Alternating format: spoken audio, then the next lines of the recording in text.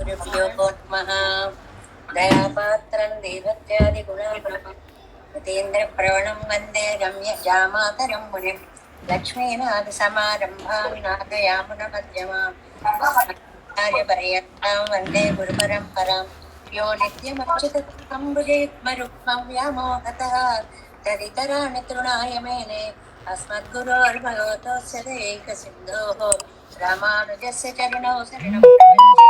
मातापिता युवतयस्तनया विभूतिः सखन्यदेव नियमेन मदन्वयानाम् आद्यस्य न कुलपतिर्वकुलाभिरामं श्रीमत्तरङ्गकीर्णं प्रणमामोदनश्च महदाह्वय भट्टनाद श्रीभक्तिसारकुलशेखर योगिवाहान् भक्ताङ्ग्रिरेण परकालयतीन्द्रमिश्रान् श्रीमत्पराङ्कुशमनं प्रणतोऽस्मि नित्यम्।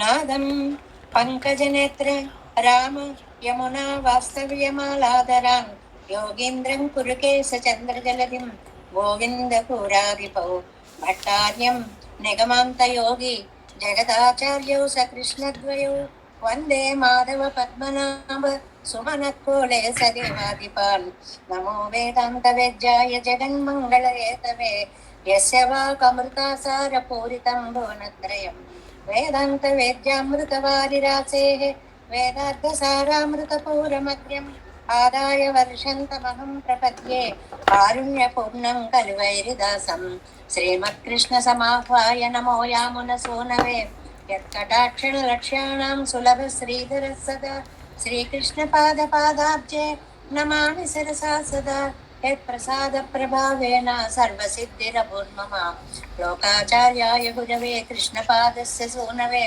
संसारभोगिसन्दस्य जीवातवे नमः।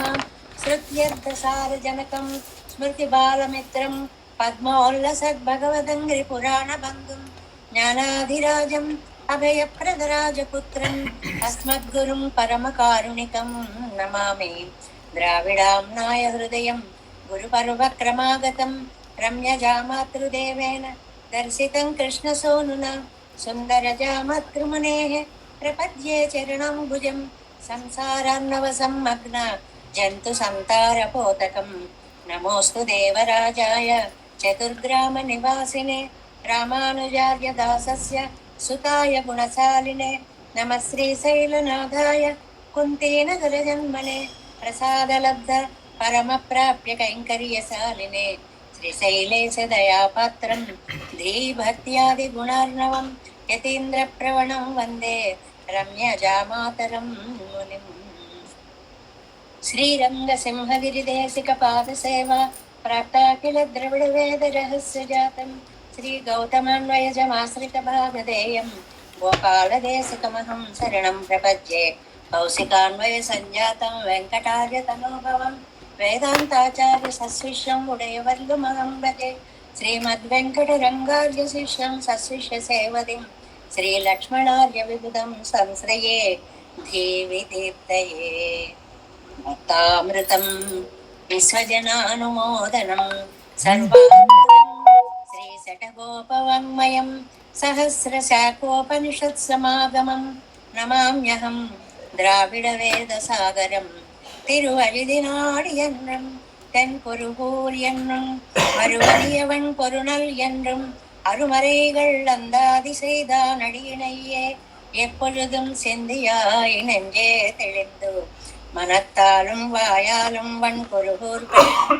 இனத்தாரை எல்லாதிரைஞ்சேன் தனத்தாலும் ஏதும் குறைவிலேன் எந்தை சடகோபன் பாதங்கள் யாம் உடைய பத்து ஏந்த பெருங்கீர்த்தி இராமானுசமுனிதன் வாயந்த மலர்பாதம் வணங்குகின்றேன் ஆயந்த பெரும் செய்தார் சடகோபம் செந்தமிழ் தரிக்கும் பெயராத உள்ளம் பெறா வான் திகழன் சோலை மயிலரங்கள் வன்புகள் மேல் ஆன்ற தமிழ் மறைகள் ஆயிரமும் ஈன்ற முதல் தாய் சடகோபன் மயம்பால் வளர்த்த இதத்தாய் ராமானுசன் மிக்க விரை நிலையும் மெய்யாமுயர் நிலையும் தக்க நெறியும் தடையாகி தொக்கியலும் ஊழ்வினையும் வாழ்வினையும் போதும் குருகையர் போல் யாழினிசை வேதத்தில் நம்மாழ்வார் திவ்ய திருளகளே சரணம் எம்பெருமானார் திவ்ய திருவடிகளே சரணம்.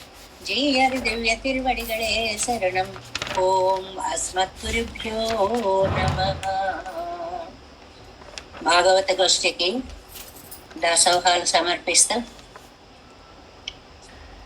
మనం తిరువాయుమొഴി 7వ వ్యాఖ్యానం మొదల్ శ్రీయప్పతిలో మీ పీడిఎఫ్లో 77వ పేజీలో ఉన్నాము. సర్వజ్ఞనాయ్ దగ్గర నుంచి 77వ పేజీ. తిరువాయుమొഴിని ఎందుకు మనం నేర్చుకోవాలి అనేటువంటి వైశిష్ట్యాన్ని ఈ శ్రీయప్పతులు మనకి చెప్తున్నాయి అని తెలుసుకున్నాం. ఎన్ని విశేషాలు అందిస్తున్నారో ఇందులో చూడండి. అసలు ఎన్ని దర్శనాలు ఉన్నాయో చెప్పారు. అందులో రామానుజ దర్శన వైశిష్ట్యాన్ని చెప్పారు. అందులో చిత్తు ఈశ్వర ప్రకరణాన్ని మనం ఏదైతే తత్వత్రయంలో నేర్చుకున్నామో దాన్ని అంతటినీ కూడా చాలా చక్కగా ఒక గ్రంథం చదివితే ఆ గ్రంథం ఎన్ని చోట్ల ప్రసక్తంగా వస్తూ ఉంటుంది అనేది ఈ వ్యాఖ్యానాలు చదవడం వల్ల మనకి తెలుస్తూ ఉంటుంది అన్నమాట. ఈ నమ్మాళ్వార్లు మనం కొన్ని ప్రశ్నలు వేశారు అని చెప్పుకున్నాం. తెలుసుకోవాలి అనేటువంటివి, అవతల వారు ఏం చెప్తారో తెలుసుకోవాలి అనేటువంటివి 2 రకాలుగా ఉంటాయి అని చెప్పుకుంటూ వాటన్నిటికీ కూడా సమాధానాలు చెప్తూ, ఏమండి చేతనులకి దారకం, పోషకం, భోగ్యం ఇవన్నీ మరి పెరుమాళ్లే అని గ్రహించాలి కదా. ఇలా ఎక్కడైనా ఉందా అంటే అటు తిరు అయోధ్యలో గాని లేకపోతే కోసల దేశంలో గాని రామచంద్ర స్వామినే ధారక పోషక భోగ్యాలుగా భావించినటువంటి అద్భుతమైనటువంటి సన్నివేశాన్ని కూడా మనకి చెప్పి వారితో సంశ్లేషం విశ్లేషం ఏమిటండి? సంశ్లేషం అనగానే మానసిక భావనలో ప్రత్యక్ష సమానాకారము, ఎదురుకుండా ఉన్నట్లుగా స్వామిని అలాగ దగ్గరికి తీసుకున్నట్లుగా భావన. ఒక్క నిమిషం అయ్యేటప్పటికీ ఆయన కనపడకుండా పోవడం, అది విశ్లేషం. సంశ్లేషలో ఉన్నప్పుడు అదే జీవితమేమో అనుకున్నారు, విశ్లేషలో ఉన్నప్పుడు అయ్యో ఇదా జీవితం అనుకున్నారు.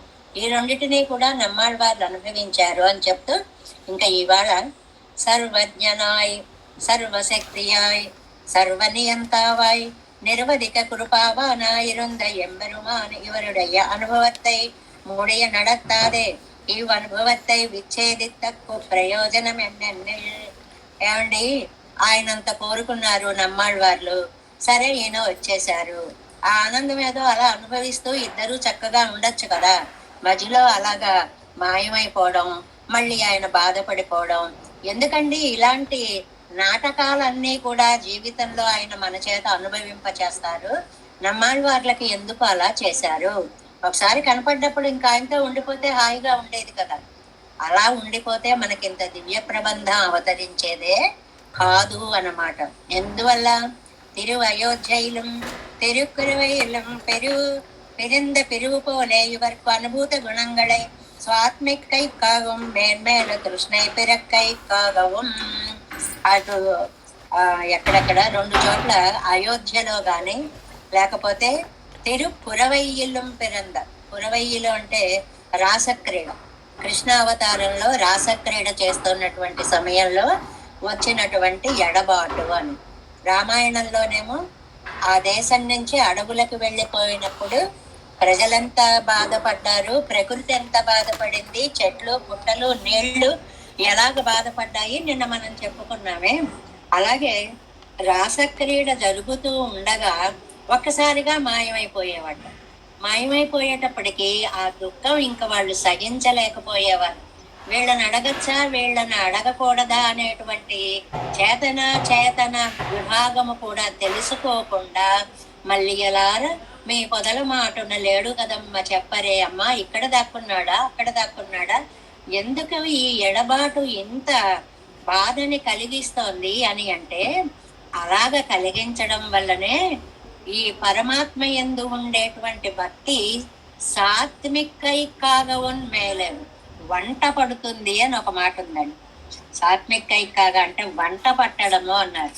వంట పట్టడం ఏమిటండి అంటే చదువుకోవడం వేరు, డిగ్రీలు రావడం వేరు, వాటిని అర్థము చేసుకోవడం వేరు. ఎరా అన్నా వంట పట్టిందా అని అడుగుతుంటారు.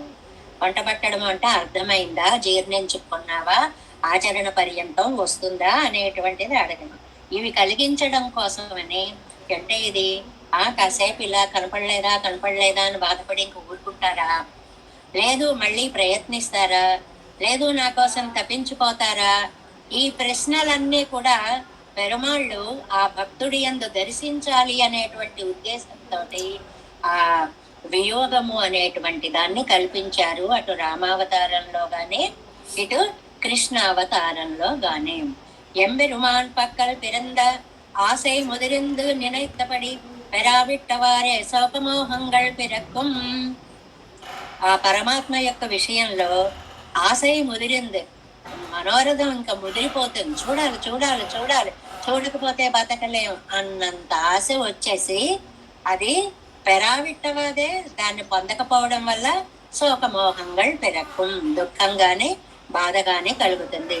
ఇప్పటి ఉళ్ళ కలవియాலும் పెరివాయాலும் ఆళ్వారుకు వంద దశై అన్యాపదేశ పేచే పేసి వెక్కుం. ఈ విధంగా కాసేపు కలిసిన ఆనందం, కాసేపు విడిపోయిన ఆనందం, ఇది ఆళ్వార్లకి అన్యాపదేశాలు చెప్పడానికి ఉపయోగపడింది అని ఒక అందమైన మాట అన్నారండి. మనకు కొన్ని పదాలు ఉన్నాయి, మామూలుగా అర్థం చెప్పుకోవడం. ఒక తిరువాయి తీసుకున్నాం అనుకోండి, తిరుపావయ్య తీసుకున్నాం అనుకోండి, ఏదో పైకి అర్థము, అమ్మ కాలం ఇలా వచ్చింది లెండి అది ఇది అందేని పైకి ఒక అర్థము, మళ్ళీ అందులో అంతరార్థము, స్వాపదేశార్థము అంటారు. లోపల ఉండేటువంటి అర్థాలు అసలేంటి, కాలం విలువ ఎంత గొప్పది, మీరు ఎవరిని ఆశ్రయించాలి ఏమిటి అని ధ్వన్యర్థభూతము అంటారు దాన్ని, లోపల దాగినటువంటి అర్థము. ఇవి కాకుండా అన్యాపదేశము, మళ్ళీ ఇంకొక రకంగా కూడా చెప్పించడం అన్నమాట. ఇది తిరువాయిమడిలో మనకి చాలా చోట్ల కనిపిస్తుంది. ఒక్కొక్క చోట నమ్మాళ్ళవార్లు తల్లి మాట్లాడినట్టుగా మాట్లాడతారు, ఒక్కొక్క చోట సఖి మాట్లాడినట్టుగా మాట్లాడతారు. అందులోకి వెళ్ళాక వివరంగా చెప్పుకుందాం. ఇలాగ అన్యాపదేశ మూలంగా కూడా మిగిలిన వారు కూడా చెబుతున్నట్లుగా కూడా ఇంత కావ్యం మనకి ఈ భూలోకంలో అవతరించడానికి ఈ సంయోగ వియోగాలే కారణము అయ్యాయి. ఆయనే గనక కూడా ఉంటే ఇంత అత్యద్భుతమైనటువంటి సాహిత్యం వచ్చేది కాదేమో అన్నట్లుగా అంటారనమాట.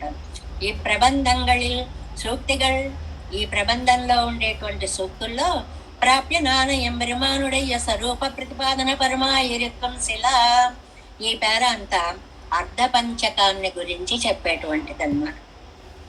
మన సిద్ధాంతంలో అర్ధ పంచకము అనేటువంటిది ఒకటి ఉంది. మనకి నిన్న ఒకరు ప్రశ్నించారు, ఎందుకండి బలాని వాళ్ళకే చెప్తాం, బలాని వాళ్ళకి చెప్పాం, ఇందులోకి వచ్చిన వాళ్ళకే చెప్తాం అంటారు అంటే దానికి సమాధానం ఇక్కడ వస్తుంది. ఇప్పుడు ఇది చెప్పుకుంటున్నాం అనుకోండి, అర్ధపంచకం అని ఒకటి ఉంది అని దాన్ని వ్యాఖ్యానం చేస్తాం. ఇది తెలుసుకోవాలి అంటే దీనికి ముందున్నటువంటి సంప్రదాయ గ్రంథాలని మనం చక్కగా ముముక్షుపడి నుంచి చదువుకుంటూ వచ్చాం కాబట్టి ఇవాళ అర్ధపంచకము అనగానే హాయిగా అర్థమైపోతుంది. అలా అని వ్యాఖ్యాతృ చక్రవర్తులు వదిలిపెట్టలేదండి, ఎక్కడికక్కడ మళ్ళీ చూడండి, స్వరూప ఎంబెరుమానుడయ్య స్వరూప ప్రతిపాదన పరమాయిరుత్వం శిలా, కొన్నేమో పరమాత్మ గురించి తెలియజేస్తాయి.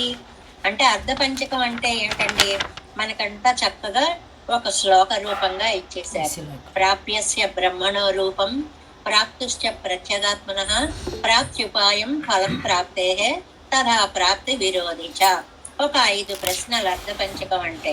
నేనెవరు, భగవంతుడెవరు, ఎలా వెళ్ళాలి, ఏ ఉపాయంగా వెళ్ళాలి, వెళితే ఆనందం ఏంటి, ఎందుకు వెళ్ళలేకపోతున్నాను, ఏవి అడ్డుపడుతున్నాయి, దీనిని అర్ధ పంచకము అని అంటారనమాట. ఈ తిరువాయిమడిలో మనకి ఈ అర్ధ పంచకం చాలా చక్కగా ప్రస్తావింపబడింది. అంటే తిరువాయిమడి చదవడం వల్ల వచ్చేటువంటి లాభాలన్నిటినీ శ్రీయప్పతులలో చెప్తున్నారు అని మనం రోజు చెప్పుకుంటున్నాం. ఓహో ఇంత గొప్పదా, కాబట్టి దీన్ని మేము చదువుకోవాలి, అర్ధపంచక జ్ఞానం తెలుస్తుందా, మన గురించి స్వరూప పరస్వరూప, స్వస్వరూప పరస్వరూప అంటారనమాట. శిల కొంతమంది ఏమో అది, కొన్ని చోట్ల అది ప్రాప్తావాన ప్రత్యేగాత్మ విషయమాయిరుక్కం శిల. అంతేకాదు ఉపాయం ప్రాప్త అయినటువంటి జీవాత్మ గురించి చెప్పేటువంటివి కొన్ని పాసురాలు మనకి కనిపిస్తాయి.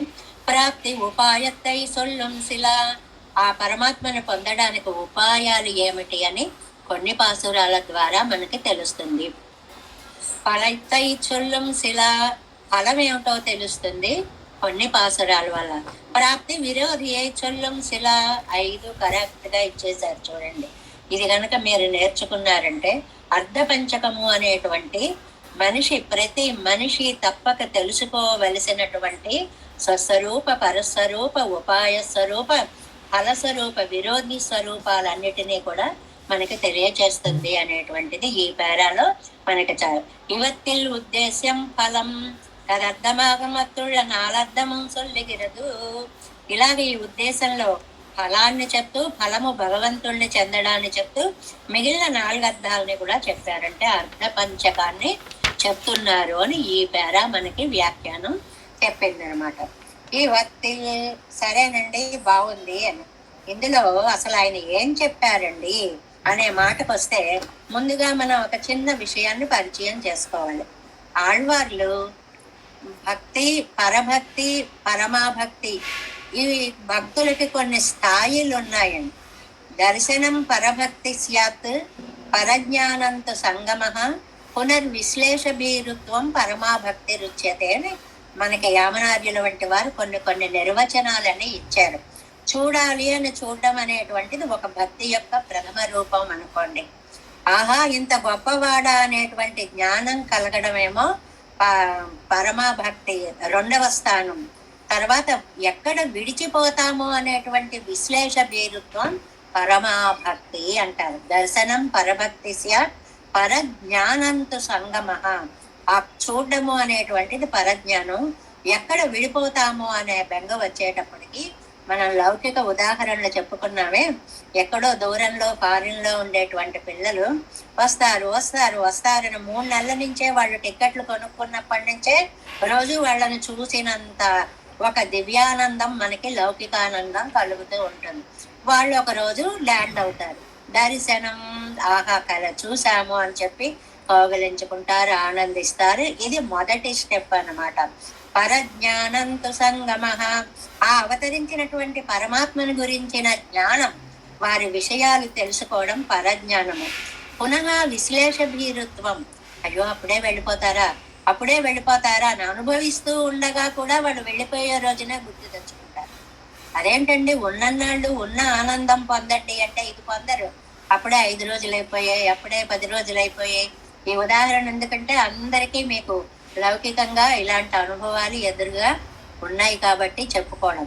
అలాగే నమ్మాళ్ళవార్లు కూడా పరభక్తి, పరజ్ఞాన, పరమాభక్తి స్వరూపాలని అనుభవిస్తూ 4 గ్రంథాలు రచించారండి.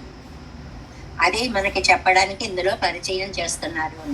మొట్టమొదటిది తిరువిరుత్తం. నమ్మాళ్ళవార్లు రచించినటువంటి 4 గ్రంథాలు వేదాలు 4కి సమానాలు. అది అసలు స్టేట్మెంట్ అనమాట. ఏంటి అంటే వేదం తమిళ్ సైద మారన్. నమ్మాళ్ళవార్లు వేదాన్ని తమిళంలోకి తీసుకొచ్చారు. అందులో మొట్టమొదటిది తిరువిరుత్తం. తిరువిరుత్తం అనేటువంటిది 100 పాసురాలతో ఉంటుంది. దానిలో ఉన్న పాసురాలు 100. అది ఋగ్వేద సారంగా మనకి అంది. మొట్టమొదటిది ఋగ్వేద సారము. రెండవది తిరువాసిరియము. ఇది ఎంత చిన్నదో, 7 పాసురాలు. ఇది యజుర్వేద సారము. మీరన్నీ అభ్యాసం చేస్తున్నట్లుగానే ఈ 4 గ్రంథాల పేర్లు, ఎన్ని పాసురాలు, ఏ వేద సారమో కూడా మీరు అభ్యాసం చేసుకోండి చక్కగా. అంటే అడిగినప్పుడు చెప్పుకునేలా మీ అభ్యాస తరగతుల్లో బాగుంటుంది అనమాట. తిరువాసిరియము 7 పాసురాలు, యజుర్వేద సారం. పెరియ తిరువందాది 3వ గ్రంథం రచించారు నమ్మాళ్ళవార్లు. పెరియ తిరువందాది. ఇందులో 87 పాసురాలు ఉన్నాయి. 87 పాసురాలు. ఇది అథర్వవేద సారముగా వచ్చింది. అథర్వవేద సారంగా వచ్చింది. ఇంకా 4వది ఇప్పుడు మనం ప్రవేశించబోతున్నటువంటి తిరువాయుమొഴി దివ్య ప్రబంధం. ఇందులో 1102 పాసురాలు ఉన్నాయి. మామూలుగా 1000 పాసురాలు అంటాం కానీ కొన్ని పదుల్లో పెరుమాళ్ళ యొక్క నామాలు 12 అవడం వల్ల 12 పాసురాలు ఉండి, అలాగ ఉన్నటువంటి కొన్ని లెక్కల వల్ల ప్రతి దాంట్లోనూ ఒక ఫలశ్రుతి ఉండి దాంతో చెప్పడం వల్ల ఇవి 1102 పాసురాలు అయ్యాయి. ఇది సామవేద సారము అనేటువంటి పేరు వచ్చింది అని ఎవరు చెప్పారండి? ఇది శటగోపులు చెప్పారు. శటగోపులని పేరు ఎందుకు వచ్చిందండి? పుట్టగానే ప్రతి మనిషిని ఆక్రమించేటువంటి శఠ అనే వాయువుని కోపించారు. హుంకరించి అనగానే ఆ అవిద్య దూరంగా పరుగుపెట్టుకు పారిపోయింది. శఠని కోప జయించారు కాబట్టి శఠగోపులు అయ్యారు. పొగడపూల మాల పరమాత్మ ఆ చింత చెట్టు తొర్రలో వారి మెడలో పడేలా చేశాడు. వకుళాభరణం వందే జగదాభరణం అంటామే. వకుళం అంటే పొగడ పూమాల అన్నమాట. అది ధరించడం వల్ల వకుళాభరణుడు అనేటువంటి పేరు వచ్చింది అన్నమాట. తండ్రి కారియార్ అనడం వల్ల కారిమారన్ కారి అనేటువంటి తండ్రి పేరు. తమిళ సిద్ధాంతంలో తండ్రుల పేరుతో పాటు వీళ్ళ పేరు కంటిన్యూ అవుతూ ఉంటుంది. మీకు అందరికీ అది పరిచయమైనటువంటిదే. అలాగ మారన్ అంటే ఏ మారన్ను? కారి మారన్ అని. మరి ఆయన కురుకాపురిలో పుట్టారు కాబట్టి కురుకాపురి అధీసులు, కురుకాపురి అధీసులు, కురుకాధీసులు ఎలాగైనా అనొచ్చు అనమాట. నమ్మయి ఆళ్వార్, మన ఆళ్వార్లండి అని అందరూ పూర్వాచార్యులందరూ ఆదరంగా పిలిచారు కాబట్టి నమ్మాళ్వార్లు అనేటువంటి పేరు వచ్చింది. ఇంకా చాలా పేర్లు ఉన్నాయి. ఇక్కడ మనం ఇంతవరకు తీసుకోవలసింది ఏమిటి అని అంటే, అటు 100 పాసురాలు తిరువరిత్తం, 7 పాసురాలు తిరువాసరియము, 87 పాసురాలు 1100 పాసురాలుగా ఈ 4 గ్రంథాన్ని రచించారు అనే మాటని ఇక్కడ వ్యాఖ్యానంలో చెప్తున్నారు. చూడండి. యువత్తిల్ ప్రథమ ప్రబంధమాన తిరువిరుత్తత్తిల్, అందులో మొట్టమొదటిదైన తిరువిరుత్తం అనేటువంటి గ్రంథంలో తదనుభవ విరోధియాన సంసార సంబంధத்தை అరుత్తు తందు అరుడ వేణం మెన్ను ఎంబరమానై అర్ధిక్కిరార్. నాయన, ఈ సంసారం ఎంత భయంకరంగా ఉందయ్యా. అనుభవిస్తున్నాం, అందులో ఉంటున్నాం, రోజులు గడిచిపోతున్నాయి. మనకి తెలిసి గడిచాయండి రోజులన్నీ. కాలధర్మం ప్రకారం అవి వెళ్ళిపోతున్నాయి కాబట్టి కానీ మనము గడిపినటువంటివి, మనము పెరిగినటువంటిది ఏది మన చేతిలో లేనే లేదు. ఎందుకంటే ఈ సంసారం అనేటువంటిది చాలా భయంకరమైనది. సంసారం అనే మాట ఎప్పుడు వచ్చినా కూడా మనకి శంకర భగవత్పాదులు రచించినటువంటి లక్ష్మీ నరసింహ స్తోత్రంలో సంసారాన్ని 12 విరోధులుగా చెప్పారండి. ఎన్ని భయంకరమైనటువంటి స్థితిని కలిగించేటువంటి పోలికలో ఆ కరావలంబ స్తోత్రంలో సంసార ఘోర గహనే చరతో మురారే మారోగ్ర భీకర మృగ ప్రవరార్దితస్య ఆర్తస్య మచ్చర నిదాగని పీడితస్య లక్ష్మీ నృసింహ మమ దేవి కరావలంబం. సంసార ఘోర గహనే, భయంకరమైనటువంటి అడవిలో మనం తిరుగుతున్నాము. ఇందులో మారుడు అనేటువంటి వాడు చాలా నన్ను వేటాడడానికి నేను ఒక మృగంలా ఉంటే ఆయన వేటాడుతున్నాడు. ఆర్తున్నైపోయాను, గొంతు ఎండిపోయింది, తండ్రి నన్ను రక్షించు అని. సంసార కూపమతి ఘోర మగాధ మూలం. కూపం అంటేనండి బావి అని అర్థం అనమాట. సంసార కూపమతి ఘోర మగాధ మూలం సంప్రాప్య దుఃఖ శత సర్ప సమాకులస్య దీనస్య దేవా కృపయా పదమాగతస్య లక్ష్మీ నృసింహ మమ దేవి కరావలంబం. ఈ బావిలో పడిపోయానయ్యా. తీరా బావిలో పడితే పడ్డాను, అడుగున సేఫ్గా ఉందామనుకుంటే ఎన్ని పాములున్నాయో ఈ బావిలో, ఇలాంటి నన్ను రక్షించను. సంసార సాగర విశాల కరాళ కామ నగ్రగ్రహ గ్రసన నిగ్రహ విగ్రహస్య మగ్నస్య రాగలు లసదూర్మిని పీడితస్య లక్ష్మీ నృసింహ మమ దేహి కరావలంబం. చాలా భయంకరమైనటువంటి సర్పము ఒక కాటు వేసేస్తే ఎలా ఉంటుందో ఈ సంసార సర్పం నన్ను అలా కాటు వేస్తోంది తండ్రి అనేటువంటిది.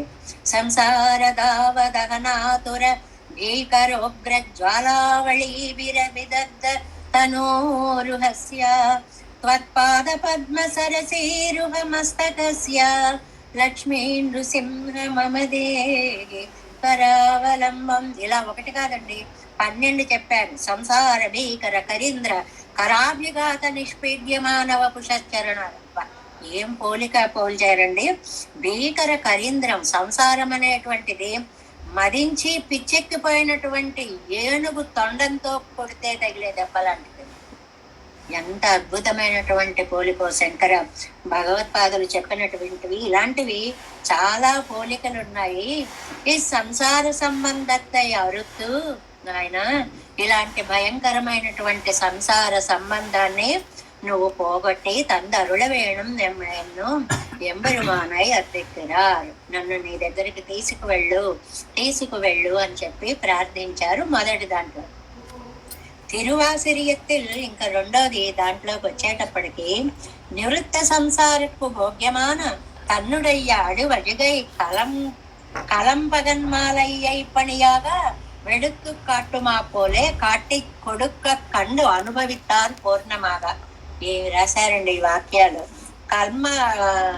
కలంబుగమ్మాలై పనియాగ వెడుతూ కాటుమా పోలే అని ఒక కదంబమాల ఉంటుంది. మన వైపు కంటే తమిళనాడులో చాలా అద్భుతంగా కనిపిస్తూ ఉంటాయి. ఎన్ని రకాల పువ్వులో కూర్చి ఆ దండను చూస్తేనే కళ్ళు నిండిపోయినట్టు, ఆనందం పొంగిపోయినట్లుగా అనిపిస్తుంది. అలాగట పెరుమాళ్ళ యొక్క శరీరాన్ని చూసేటప్పటికి కరారవిందం, పదారవిందం, ముఖారవిందం, నేత్రారవిందం, ఏది చూస్తే అవే అరవిందాలు. ఆహా, ఈ మాల ఎంత బాగా కట్టారండి అని మనం ఒక కదంబమాలని చూసినట్లుగా ఆ దివ్యమంగళ విగ్రహాన్ని చూసినప్పుడు ఆ మాలని ఇలా భోగ్యంగా ఎత్తి చూపించినట్లుగా ఆ పెరుమాళ్ళ యొక్క దర్శనం అలా అయ్యేటప్పటికీ ఆ దృష్టి అక్కడే లగ్నం అయిపోతుంది. దాని మించి రెండో దాని మీకు ఎలా వెళ్ళాలో తెలియడం లేదు. కళ్ళు తిప్పుకోలేని అంత భగవత్ సౌందర్య వర్ణనము చేశారు తిరువాసర్యము అనేటువంటి దివ్య ప్రబంధంలో. ఇంకా మూడవది பெரிய திருவந்தாதியில் நிர்திசய போக்கியனானை எம்பெருமானை அனுபவிக்கையாலே ததனுகுணமாக திருஷ்ணை பிறந்து திருஷ்ணானுகுணமாக பேசயம் நினைத்தும் ధరిక్కిరారు. ఇంకా పెరియ తిరువందాదిలో పరమాత్మ నిరతిశయ భోగ్యుడు అంటే ఎంత అనుభవించినా చాలు, అనుభవించట్లేదు, మేము అందులోనే ఉండిపోయామండి అని ఒక మాట మాట్లాడుతూ ఉంటారు చూడండి. మీరు ఒక ప్రదేశాన్ని చూసినప్పుడు అలాగా పెరుమాళ్ళే కళ్ళల్లో అలాగా కనిపిస్తూ ఉంటే దానికి అనుగుణంగా, ఆ ఆశకు అనుగుణంగా తృష్ణై పిరందు తృష్ణ అనుగుణమాగా, ఆ ఆశకు అనుగుణంగా పేసయం నినేక్తం దాహ, ఎంత బాగున్నావయ్యా, ఎంత బాగున్నాయా అన్నాయి. ఆ వర్ణనతోటే సరిపోయింది మూడవ దివ్య ప్రబంధం అంతా. ఇంకా తిరువాయిమొழிలోకి వచ్చాం. ఇందులో ఎన్ని విశేషాలు చెప్తారు అండి. తిరువాయిమొழியில் సుమారుగా ఒక 20 విశేషణ వాక్యాలు ఉన్నాయండి తిరువాయిమొழிకి. ఒక్కొక్కటి ఇవరుడయ్య తృష్ణ అనుగుణమాగా శ్రీయప్పతియాయి. మొట్టమొదటిది ఈయనకి తృష్ణకి అనుగుణంగా, కోరికకి అనుగుణంగా, దాహానికి అనుగుణంగా, చూడాలి అనేటువంటి కోరికను తీర్చేలాగా శ్రీయప్పతిగా దర్శనమిచ్చాడు. అదే కదా మనకి శ్రీయప్పతి అనే పదంతో ప్రారంభింపబడింది అని మనం చెప్పుకున్నాం. శ్రీయప్పతియాయ్ సమస్త కళ్యాణ గుణాత్మకనాయ్, ఎన్ని కళ్యాణ గుణాలు, తనకు తగుదియాన దివ్య దేహయుడయ్యనుమాయ్, తనకు తగినటువంటి దివ్య దేహము కలిగినటువంటి వాడే, దివ్య భూషణ భూషితనుమాయ్, ఆ దేహం అంతా కూడా అందమైన ఆభరణాలతోటి అలా నిండి ఉంది. శ్రీరంగం వెళ్ళినప్పుడు చూడండి, ముత్యాలంగి రత్నాలంగి అని సేవలు చేస్తూ ఉంటారు. మొత్తం అంతా మెలమెల మెరిసిపోతూ ఆ 2 సేవలు చూడడానికి నిజంగా కళ్ళు చాలా అన్నమాట. ఒకటి ఎర్రటి రత్న కాంతులతోటి దేదీప్యమానంగా ఒక 15 రోజులు ఎన్నాళ్ళో ఉంచుతారు ఆ సేవలను, ఆ దర్శనం సేవించడానికి కూడా. అలాగ దివ్య భూషణ భూషితనుమాయ్ శంఖ చక్రాది దివ్యాయుధ ధరనుమాయ్, శంఖాన్ని చక్రాన్ని చక్కగా ధరించినటువంటి వాడే. ఈయన వర్ణించినటువంటి ఇన్ని పాయింట్స్ అండి మొత్తం. ఇవన్నీ తిరువాయిమొழிలో నమ్మాళ్వార్లు ఒక్కొక్కటే ఎలా వర్ణించారో రుచి చూపిస్తున్నారు. కొన్ని మాత్రమే 1000 పాసురాల్లో వర్ణించిన దాన్ని ఊరికే కొన్ని గుణాలుగా మనకి రుచి చూపిస్తున్నారు. పరమ వ్యోమత్తిలే ఆనందమయమాన దివ్యాస్థాన రత్న మండపత్తిలే పెరియ పిరాట్టియారుం తానుం பிராட்டியாரும் கூட திவ்ய சிம்ஹாசனத்திலே 7 உலகந்தனிக்கோல் செல்ல வீத்திருந்து அருளி அஸ்தானே பயசங்கிகளான அயர்வரும் అమరர்களாலே అనవరత పరిచర్యమాన చరణ నళిననాయి కొండు. అక్కడ ఈ శ్రీవైకుంఠంలో దివ్య ఆస్థాన మండపంలో పెరియ పిరాటితో కూడి ఉండి ఆ 7 లోకాలలోనూ దర్శించలేనటువంటి అద్భుతమైనటువంటి రూపముతో 7 లోకాలకి ఆశ్రయనీయుడై తాను అక్కడ ఏ భయము ఉండదు పెరుమాళ్ళకి. అయినా కూడా నిత్యసూరుడు ఎక్కడ ఏం జరుగుతుందో అని అప్రమత్తంగా ఉండేటువంటి ప్రదేశం. అంగంగనే సెల్లానిక స్వసంకల్పాయత్త స్వరూప స్థితి ప్రవృత్తి నివృత్తిమాన స్వేతర సమస్తత్రయం తనకు శరీరతయా శేషమాగా ఉడయ్యనాయి. ఏ ప్రమాదం లేని చోట నిత్యసూర్యుల చేత రక్షింపబడి ఉంటాడు. అక్కడ తన సంకల్ప అధీనం, తాను అనుకుంటే చాలన్నమాట. స్వరూపం గాని, స్థితి గాని, ప్రవృత్తి గాని, ఈ సృష్టిని అంతటినీ తనకి శరీరంగా చేసుకుని తాను అందులో అంతరాత్మగా ఉంటాడు. అదే నారాయణ శబ్దం యొక్క అర్థము. అంటే అంతర్బహిశ్చ తత్సర్వం వ్యాప్య, వాటిని ఆధారంగా చేసుకొని తాను ఉంటాడు, తాను వాటికి ఆధారమై ఉంటాడు అని జీవులతో మనం ముముక్షుపడి దగ్గర చాలా విషయాలు విశేషంగా కొన్ని రోజుల పాటు చెప్పుకున్నాం. అంతరాత్మతయా చేతనా చేతనంగళ వ్యాపిత్తు తద్గత దోషై అస్పృష్ట అసంస్పృష్టనాయి. ఆ దోషాలు ఏమండి ఇంత వీటి మధ్యలో ఉన్నాడు, ఈ పాపాలు అంటవండి? కొంచెం కూడా అంటవు. అసంస్పృష్టనాయ్, కొంచెం కూడా. అలా ఎలాగైనా ఉంటుందండి అంటే పరమాత్మ గురించి ఆలోచన ఏంటమ్మా మీకు? పేడ పురుగుని తీసుకోండి, పేడలో నుంచి పైకి వస్తుంది, దాని శరీరం మీదంతా కూడా అంటదు. ఒక తామర బొట్టుని తీసుకోండి, ఆకు మీద అలాగా చక్కగా తిరుగుతూ ఉంటుంది. ఇంత కూడా ఈ జలం ఆ ఆకుకి తగలదు, ఆకుది జలానికి తగలదు. ఈ సృష్టిలో అణుమయములైనటువంటి వీటికే ఇంతంత శక్తి ఉంటే ఆ పరమాత్మకి ఇంకా ఎంత శక్తి ఉంటుంది. తద్గత దోషై అసంస్పృష్టనాయ్ నారాయణాది నామంగళే తనకు వాచకముడయ్యనాయి. ఇప్పుడు చెప్పుకున్నాం కదా, బయట లోపల కూడా వ్యాపించి ఉండేవాడు అని నారాయణ నామం చేత చెప్పబడివి. ఏవం విధనాగా ఉళన్ సుడర్మిగు సురుదియుళ్ళెంగిరపడియే ఉపనిషత్ సిద్ధనుమాయి అంటే వేదాల చేత ప్రతిపాద్యుడై, వేదాలు ఏవి చెప్తున్నాయో ఆ వేద అర్థాలనే పాసుర ఖండాలుగా నమ్మాడు వాళ్ళు తీసుకొచ్చి చేశారు. ఏ పాసురంకి ఆ పాసురంకి దానికి వేదంలో మూలం దొరుకుతుంది. ఆ యాంగిల్లో కనుక మనం స్టడీ చేస్తే, ఇప్పుడు రామాయణం చదువుతున్నారు అన్నారు, రామానుజుల వారు 18 సార్లు రామాయణం విన్నారు అన్నారు. మనకేం తోస్తుంది? అయ్యో ఒకసారి చెప్తే అర్థం కాలేదండి, 18 సార్లు చెప్పాల్సి వచ్చిందండి. ఈ బుర్రకి ఇంతవరకే పెడుతుంది. కానీ రామాయణము అది రాముడి యొక్క అయనమా, రామాయాహ సీత యొక్క అయనమా ఏమిటి? ఆ ఉద్దేశంతో ఒకసారి. ఇది దీర్ఘ శరణాగత, ఎక్కడెక్కడ శరణాగతి చేయబడింది ఆ ఉద్దేశంతో ఒకసారి. ఇది ఏ మంత్రార్థ ప్రతిపాదకము ఆ ఉద్దేశంతో ఒకసారి. ఇలాగా సిద్ధాంతాలన్నిటినీ కూడా దానిలో మేళవించి సమన్వయించే పద్ధతిగా దాన్ని వినడము అనేటువంటిది అన్నిసార్లు ఉన్నట్లుగా తిరువాయిమొழிని గనక మనము ఈ పాసురం ఏ వేద సూక్తికి సంబంధించినది, ఏ ఉపనిషత్ సారము అని తలుచుకుంటే ప్రతి పాసురంకి ఉపనిషత్తు మూలం దొరుకుతుంది. ఇటొచ్చి అంత దాన్ని చెప్పగలిగినటువంటి సామర్థ్యం చెప్పేవాళ్ళకు ఉండాలన్నమాట. అంటే ఆ ఉపనిషత్తు వాక్యం తెలియాలి, దాన్ని దీనితో సమన్వయం తెలియాలి. అంతలాంటిది, సామాన్యమైనటువంటిది కాదు. అంతేకాకుండా ఇప్పటి విషజాతీయనుమా ఇరెందు వైతు, విషజాతీయుడు అంటే ఆయనేమో దేవుడు, మనమేమో మనుష్యులం. సజాతీయుడు అంటే అందరూ మనుష్యులు. విసజాతీయుడు అంటే మనుష్యుడు కానివాడు, విశిష్టమైనటువంటి వాడు అంటే దేవుడు.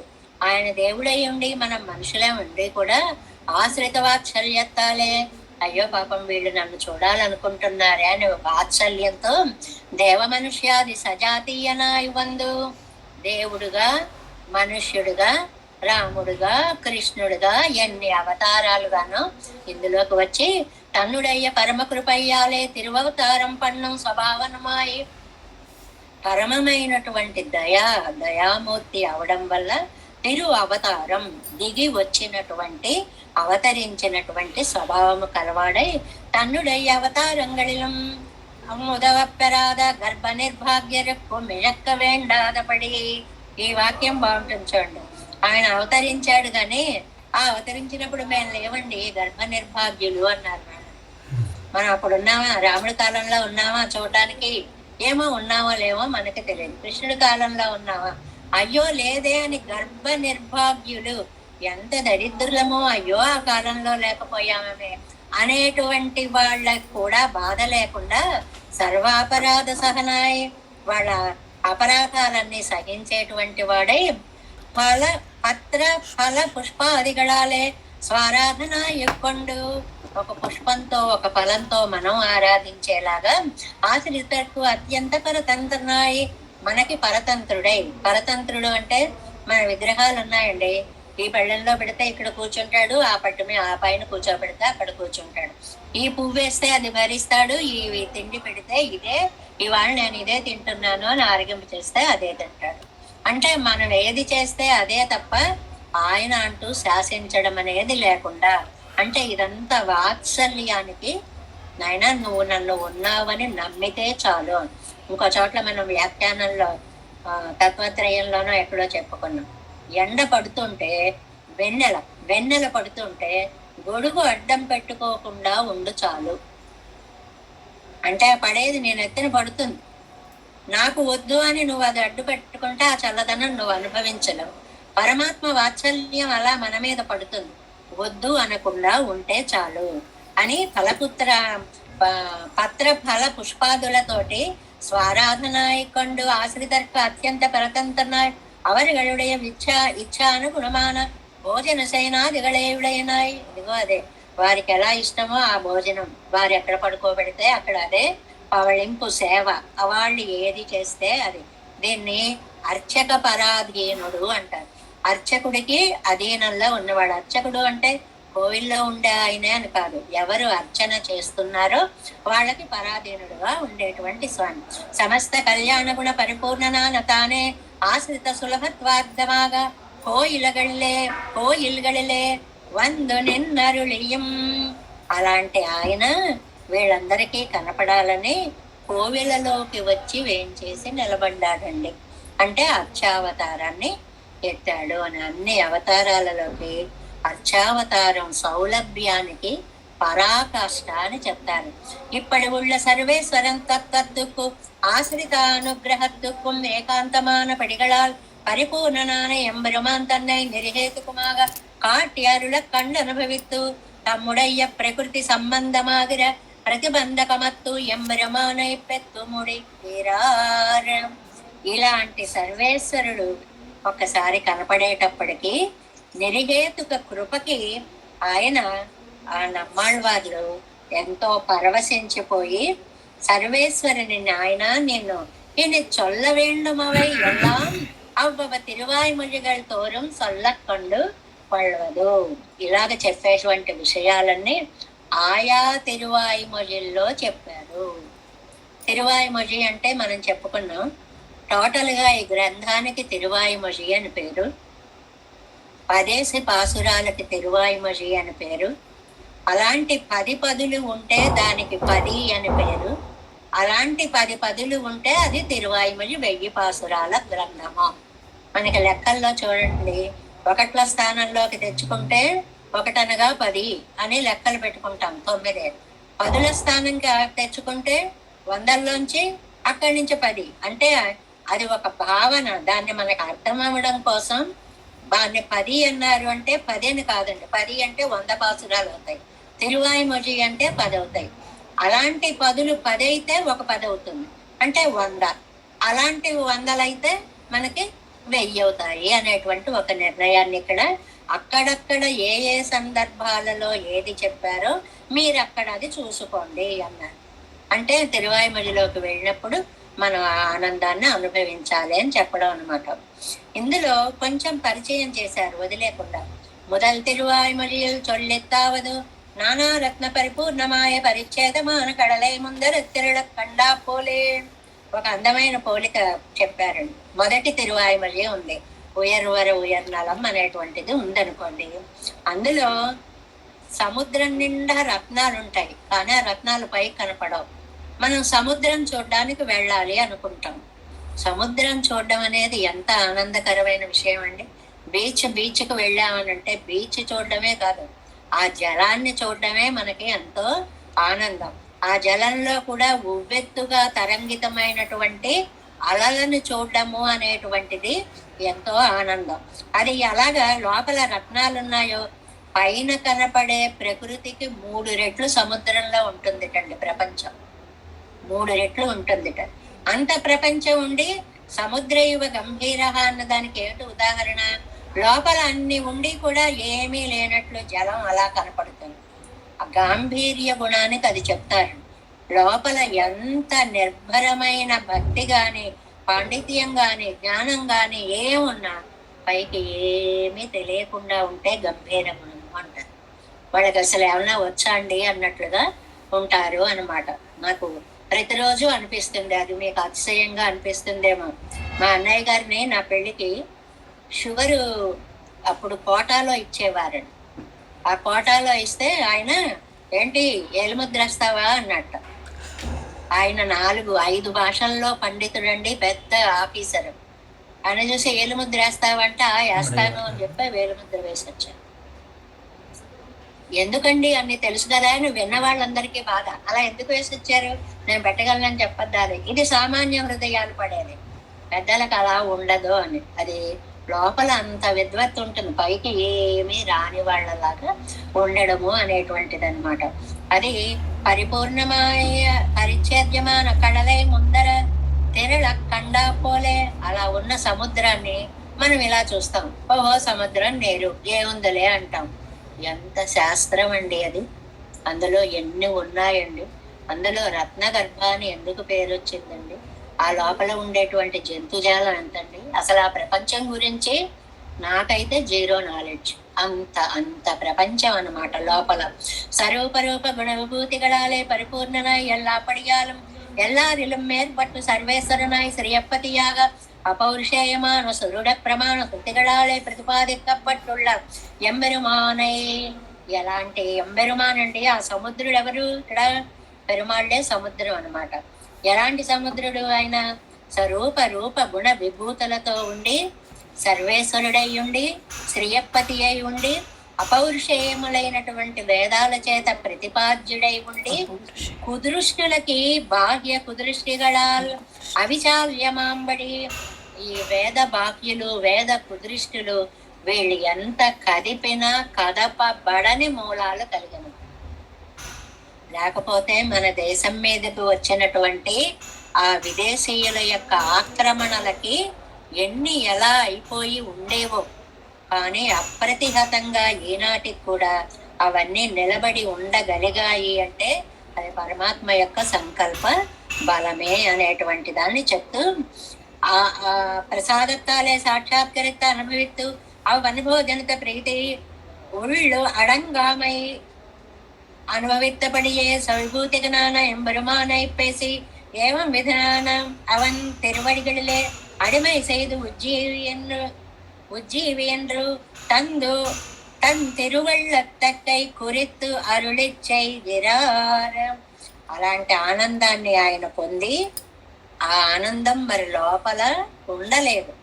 మనకి మన ఎదురుకుండా కనపడే సంసారంలో వాడికి ఒక పెద్ద ప్రమోషన్ వచ్చింది అనుకోండి, వాడు పెద్ద ఏదో సంతానం కలిగింది అనుకోండి, వాడికి లాటరీ తగిలింది అనుకోండి, వాడు వెంటనే తప్పకుండా పాటలు రానివాడు కూడా లల్లలలా అనుకుంటూ పోతూ ఉంటాడు.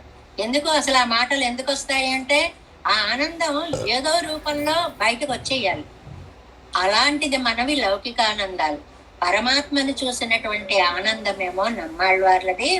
సర్వేశ్వరుడి గురించి పైకి ఆ వచ్చినటువంటి ఆనందము పాసుర రూపంగా వచ్చేటప్పటికి తుజుదు ఎలుగు ఎన్ మననే నా మనస్సా పెరుమాళ్ళను సేవించు సేవించు సేవించు అంటూ మనస్సుని బోధించడంతో తిరువాయుమలి మొదలు అవుతోంది అనేటువంటి దాన్ని, దేనికైనా మన ఏవ మనుష్యానం కారణం బంధమోక్షయో, అన్నిటికీ మనస్సే చాలా ముఖ్యమైనదండి.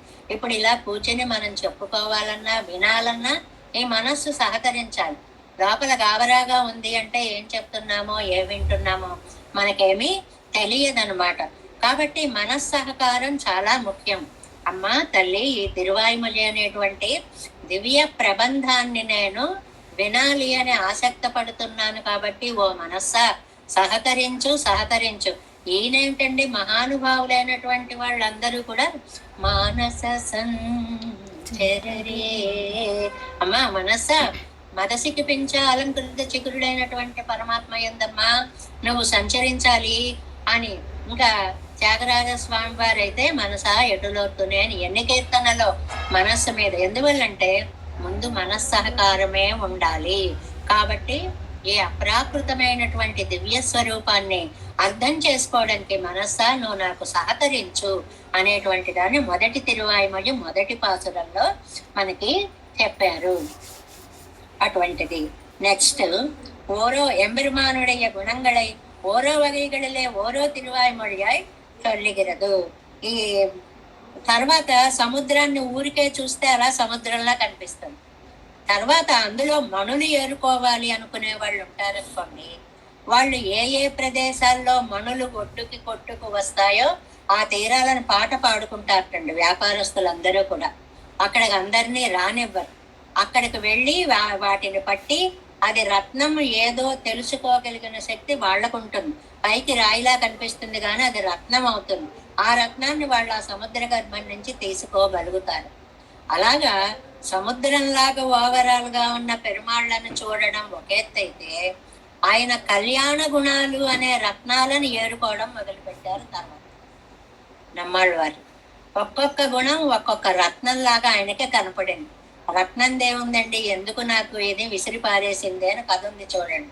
అందువల్ల రత్నం ఒక రాయి, మనం విలువ ఇస్తున్నాం తప్ప అది ఒక రాయి. కానీ కళ్యాణ గుణాలు ఉన్నాయే, ఆశ్రితులకు వ్యామోహాన్ని కలిగించేటువంటి అద్భుత గుణాలు. కాబట్టి ఓరో తిరువాయుమడిలే, ఒక్కొక్క తిరువాయుమడిలో ఒక్కొక్క దాన్ని చెప్పుకుంటూ ఇంకో తిరువాయుమడిలో చెప్పుకొచ్చారు. ఇరండాం తిరువాయుమొഴി తొడంగి మేలెల్లాం. ఆ రెండవ తిరువాయుమొഴి నుంచి మిగిలినవన్నీ ఇలా ఒక్కొక్క కళ్యాణ గుణాలని అనుభవింపచేస్తూ వచ్చారు అనేటువంటిది.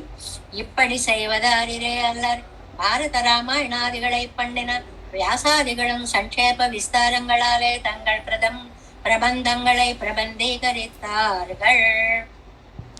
ఏమండి, ఇలా ఎవరైనా చెప్తారండి అంటే ముందు సంక్షేప రూపంగా చెప్పడం, తర్వాత విస్తారంగా చెప్పడము అనే ఒక పద్ధతి కావ్యానికి ఉందండి. సంక్షేప రూపంగా చెప్పడం అంటే రామాయణం ఉందనుకోండి, సంక్షేప రామాయణం చదివేస్తాం, కాసేపట్లో అయిపోతుంది, ఎన్ని శ్లోకాల్లోనే అయిపోతుంది. దీన్ని విస్తారంగా 24,000 పాసురాల్లో చెప్పడం అంటే ముందు చెప్పేశారు. అలాగే మనకి భారతంలోకి వెడతాం అనుకోండి, సహస్రనామ సారాన్ని సంక్షేపంగా చెప్పేస్తారు. అది ఎలా విస్తరించి ఉంది అనేటువంటిది ఆయా వృత్తాంతాల ద్వారా మనకి చెప్తారు. ఇలాగా వ్యాసాదిകളും, వ్యాసుడు మొదలైనటువంటి మహానుభావులు కూడా ఈ సంక్షేప విస్తార రూపంగా చెప్పడం అనేటువంటిది ఉంది. అంటే చాలా గొప్పవారైనటువంటి కవులైతే వాళ్ళు ఏం చేస్తారంటే వారు రచించేటువంటి మొదటి పాసురంలోనే తాత్పర్యం అంతా చెప్పేస్తారు. అది సంక్షేప రూపం. దానిని వివరిస్తూ మిగిలినవన్నీ పెడతాయి. అది చాలా విస్తరేణ రూపం అన్నమాట, విస్తార రూపము అని అంటారు అనమాట. ఈ 2 రూపాలుగాను మనకి నమ్మాళ్ళవార్లు ముందు మనస్సుని ప్రబోధించి మొదటి తిరువాయిమ చేత అమ్మా ఇలాంటి వాడు అలాంటి వాడు అలాంటి వాడు అది మనం తెలుసుకోకపోతే ఎలాగా, ఈ జీవితానికి ఏమిటి చరితార్థత, నువ్వు సహకరించు సహకరించు సహకరించంటూ ప్రార్థించారు. అంత గొప్పవాడా అని మనస్సు అడిగితే ఇంత గొప్పవాడు ఇంత గొప్పవాడు ఇంత గొప్పవాడని వారు వస్తగా తిరువాయుమజలన్నిటిలోనూ ఆయన యొక్క మహిమాన్విత గుణాలన్నిటినీ చెప్పడం మొదలు పెట్టారు అన్నమాట. అంటే భగవద్ అనుగ్రహం మూలంగా నమ్మాళ్ళవార్లు తత్వ యాథాత్మ్య విధులు అంటారు. అలాంటి వాళ్ళని తత్వము తెలిసిన వాళ్ళు, తత్వస్వరూపము తెలిసినటువంటి వారు, పరమాత్మ తత్వము తెలిసిన వారు తప్ప ఇలాంటి వర్ణనలు చేయలేరు అని. తత్వాలంటే ఏమిటండి అని అంటే మనకి 3 మనం చెప్పుకున్నాం. తత్వత్రయం అని ఒక గ్రంథాన్ని మనం ప్రత్యేకంగా చాలా రోజులు చెప్పుకున్నాం. పరస్వరూపం అకలిహేయ ప్రత్యనేకత్వత్తాలం కళ్యాణ ఐకతానత్వత్తాలం స్వేతర సమస్త వస్తు విలక్షణమాయ్ విభుత్వాదేశత పరిచ్ఛేదరహితమాయ్ నిత్యత్వాత్ కాలతః పరిచ్ఛేదరహితమాయ్ సర్వమున్ తనకు ప్రకారమాగతాన్ ప్రకార్యై తనకొరు ప్రకార్యంతరమిల్లామయ్యాలే వస్తు పరిచ్ఛేదరహితమమాయ్ జ్ఞానానందమయమాయ్ జ్ఞాన బల ఐశ్వర్య శీలాద్యనంత కళ్యాణ గుణగణ మహోదధియాయ్ വ്യാപത്തുമിടത്തില്ല പ്രാകൃതമായി ശുദ്ധസത്വമായും മയമായി അസാധാരണമായി പുഷ്പഹാസ സുകുമാരമായി പുണ്യഗന്ധവാസിത അനന്ത ദിഗന്തരളമായി സർവാപാശ്രയമായിരുന്നുള്ള ദിവ്യ വിഗ്രഹം പോലെ വ്യാപിത്തു ധരിത്തു നിയമിത്തു ഇപ്പടി സർവപ്രകാരത്താലും రక్షకమాయికొండు శేషియాయిరుక్కుం. ఇంత వాక్యమైనా అది కామాయేనండి. ఇంకా ఉంది, కామా పెట్టారు, ఫుల్ స్టాప్ రాలేదు అక్కడ. ఏమిటి అని అంటే, ఏమండి ఈయన అఖిలహేయ ప్రచనీక కళ్యాణ గుణానిక తానుడు అని మొట్టమొదటి రోజునే చెప్పుకున్నాం. శ్రీయపతయాయ్ అక్కడే మనం చెప్పేసుకున్నాం ఈ విషయాలన్నీ కూడా. అంటే హేయ గుణాలు దగ్గరకి రానియని వాడు. హేయము అంటే నీచము, నీచ గుణాలు అతని దరిదాపుల్లో ఉండవు. ప్రత్యనీకత్వము అని ఒక పదం వేశారు చూడండి. ప్రత్యనీకత్వము అంటే దానికి వ్యతిరేకం అన్నమాట, హేయానికి వ్యతిరేకం. హేయానికి వ్యతిరేకం ఏమిటి? కళ్యాణం. చెడుకు వ్యతిరేకం కళ్యాణం అన్నమాట. ఈ కళ్యాణ గుణాలట బాధ్య బాధక రూపాలు అని కొంచెం స్టాండర్డ్ గా లోపలికి వెళితే చెప్పుకునే పాయింట్స్ కూడా చెప్పారు. బాధ్య బాధక రూపాలు సహా అనవస్థ రూపాలు అని 2 ఉంటాయన్నమాట. బాధ్య బాధకాలు, చీకటి ఉంటే వెలుగుండదు, వెలుగుంటే చీకటి ఉండదు, ఒకదాన్నొకటి బాధిస్తుంది అన్నమాట. అలాగా ఈ సంబంధాలు అనేటువంటిది అఖిల హేయ ప్రత్యనీకుడు అంటే అచేతన పదార్థాల యొక్క చేతన పదార్థాల యొక్క దోషాలు ఏమాత్రము అంటనటువంటి మహానుభావుడు. అలాంటి ఇంకా చాలా వ్యాఖ్యానాలు ఉన్నాయనుకోండి. ఏమిటండి దోషాలు అంటుతాయి మనకి అంటే, మనకి ముఖ్యంగా అంటి ఉండేటువంటిది అవిద్య. ఒక ముసుగు వేసేస్తుంది మన ఇలాగ. బద్ధకాలు ముసుగులు వేసేస్తాయి చూడండి, లేవాలనిపించదు. అబ్బా అప్పుడే తెల్లారిపోయిందా అనిపించేస్తుంది. బద్ధకం ముసుగు అంటారు దాన్ని. అలాగే జ్ఞానానికి ముసుగు వేస్తుంది అవిద్య అనేటువంటిది అనమాట. ఏం తెలుసుకుంటారు, ఏమిటోలే, ఏదో చెప్పారులే, తత్వంలే, ఇలా ఉంటుంది. ఇలాంటి బద్ధకాలు గాని నీచత్వాలు గాని మందకొడితనాలు గాని ఏమాత్రము దరిదాపులకి రానటువంటి దివ్యమంగళ స్వరూప వైభవాన్ని గురించి చెప్తూ కళ్యాణైకతానత్వత్తాలు అన్నీ కళ్యాణ గుణాలే, చెడు అనేటువంటిది ఉండదు. స్వేతర సమస్త వస్తు విలక్షణమాయి అన్నిటికంటే కూడా సమస్త తనకంటే వేరైనటువంటి సమస్త వస్తువుల కంటే విలక్షణము అన్నారు. విలక్షణము అంటే ఈయనకి 3 అడ్లు లేవు. దేశ పరిచ్ఛేదము అని, ఇక్కడే ఉంటాడు ఇక్కడ ఉండడు అనేటువంటి అడ్డు లేవు, దాన్ని దేశ పరిచ్ఛేదము అంటారు. రెండోది కాల పరిచ్ఛేదము అంటారు. ఈ కాలంలోనే ఉంటాడు ఈ కాలంలో ఉండడు అనేటువంటిది లేదు, సర్వకాల సర్వావస్థలలోనూ ఉండేటువంటిది. అంటే కాల పరిచ్ఛేదం లేనివాడు. ఈ వస్తువులోనే ఉంటాడు, ఈ వస్తువులో ఉండడు అని చెప్పేవాడు. వస్తు పరిచ్ఛేదము అంటారు. అంటే దేశ పరిచ్ఛేద, కాల పరిచ్ఛేద, వస్తు పరిచ్ఛేదాలు ఏవి కూడా లేనివాడను అని అర్థం. అలాంటి పెరుమాళ్ళు ఇంకా జ్ఞాన బల ఐశ్వర్యశీల జనంత కళ్యాణ గుణ. ఎన్ని కళ్యాణ గుణాలు! జ్ఞానం, బలం, ఐశ్వర్యం, శైలం, అనంత కళ్యాణ గుణాలు చెప్పలేమండి, అంతము లేవండి. అన్ని కళ్యాణ గుణాలు. గుణగణ మహోదయాయ్. అలాంటి గుణ గణ సముద్రుడు. సముద్రంలో ఎన్ని రత్నాలు ఉంటాయో ఎవరికి తెలుసండి? ఎవరికీ తెలియదు. మనకి కనపడే భగవంతుడి సృష్టిలో ఒక భాగమైన ఒక సముద్రంలో ఎన్ని రత్నాలు ఉంటాయో మనకి తెలియనప్పుడు, మనకి కనపడే ఆకాశంలో ఎన్ని నక్షత్రాలు ఉంటాయో మనకి తెలియనప్పుడు, మనం అందుకోలేనంత శక్తి సామర్థ్యములు కలిగినటువంటి భగవంతుడిలో ఎన్ని కళ్యాణ గుణాలు ఉంటాయో తెలుసుకోవడము సాధ్యము కాదు. అనంత కళ్యాణ గుణాత్మకుడు శ్రీయపతియాయ్. ఇది చాలా ఎడిషనల్ యునిక్ క్వాలిఫికేషన్ అన్నమాట. లక్ష్మీ వల్లభుడై.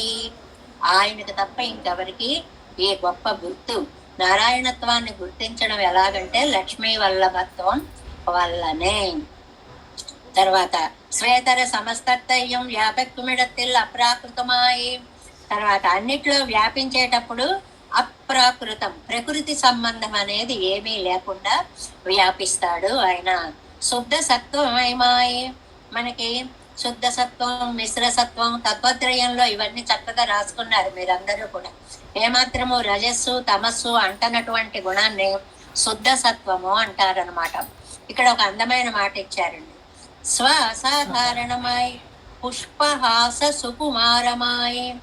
ఎంత సుకుమారుడు అంటే ఆయన చిరునవ్వు ఎంత బాగుంటుందంటే పుష్పహాసంలా ఉంటుంది అన్నారు. ఒక అద్భుతమైన పోలిక సహస్రనామాల్లో వస్తుంది. పుష్పహాస ప్రజాగర పుష్పహాస.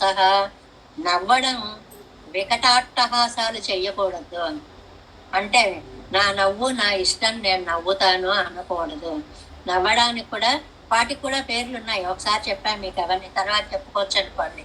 అది అందులో పుష్పహాస మొగ్గలా ఒకటి ఉందండి.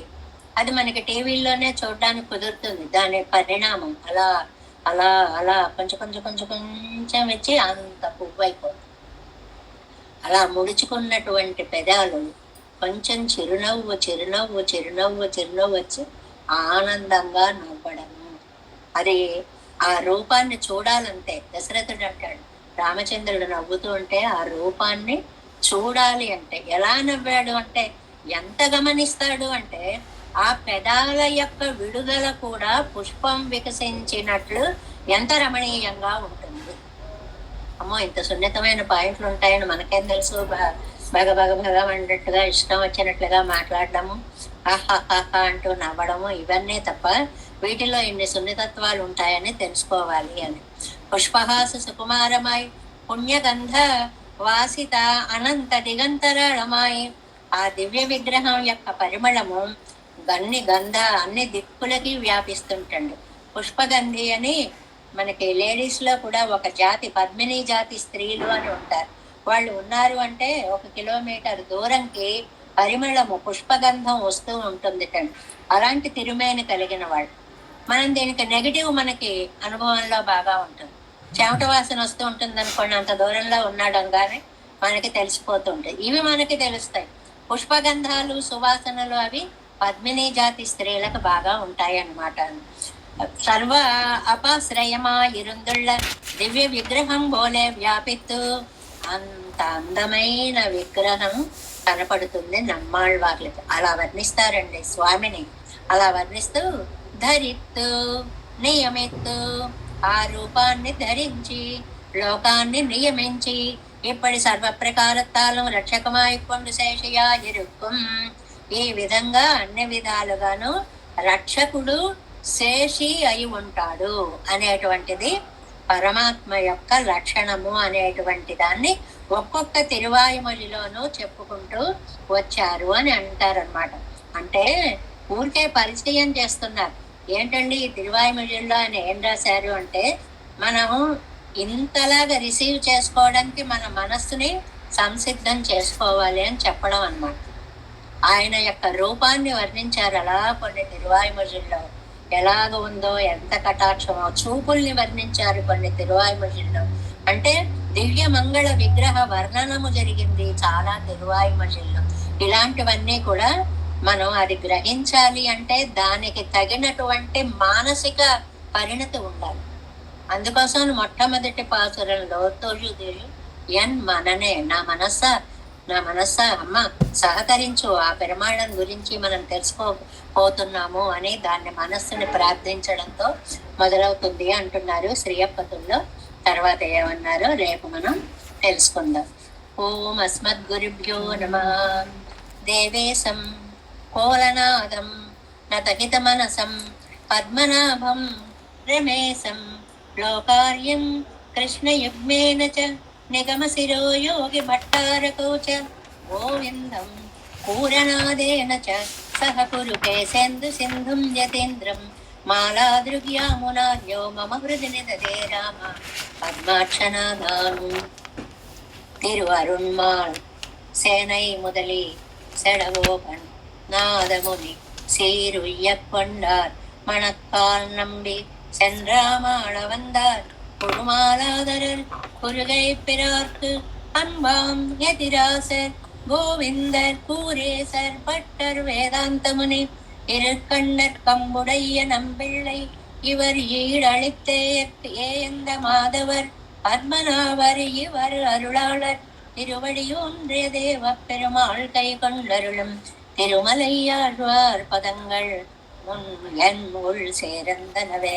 நமோஸ்து தேவராஜாய சதுர்கிராம நிவாசினே ராமானுஜார்யதாசஸ்ய சுதாய குணசாலினே நம ஸ்ரீ சைலநாதாய குந்தி நகர ஜன்மனே பிரசாதலப்த பரம பிராப்ய கைங்கர்யசாலினே శ్రీశైలేశ దయాపాత్రం ధీభక్త్యాది గుణార్ణవం యతేంద్ర ప్రవణం వందే రమ్యజామాతరం మునిం வாழ திருவாய் மழைப்பிள்ளை மாதக வாழ்வாழும் மணவாள மாமுனிவன் வாழியவன் மாறம் திருவாய் மழைப்பருளை மாநிலத்தோர் தேரும் வழி உரைக்கும் சேர் ஸ்ரீரங்க சிம்மகிரி தேசக பாத சேவா பிரப்தாகில திரவிட வேத ரகசிய ஜாதம் శ్రీ గౌతమాన్వయజం ఆశ్రిత భాగధేయం గోపాలదేశకమహం శరణం ప్రపంచి కౌశికాన్వయ సంజాతం వెంకటారితనోభవం వేదాంతాచార్య శిష్యం ఉదయవర్ణం మహం భజే శ్రీమద్ వెంకటరంగార్య శిష్యం సశిష్ట సేవతిం శ్రీ లక్ష్మణార్య విబుధం సంశ్రయే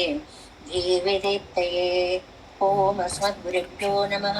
நம்மாழ்வார் திவ்ய திருவடிகளே சரணம். எம்பெருமானார் திவ்ய திருவடிகளே சரணம். ஜீயர் திவ்ய திருவடிகளே சரணம். ஓம் அஸ்மத்குருभ्यो நமः. ஜெய் ஸ்ரீமன்னாராயண.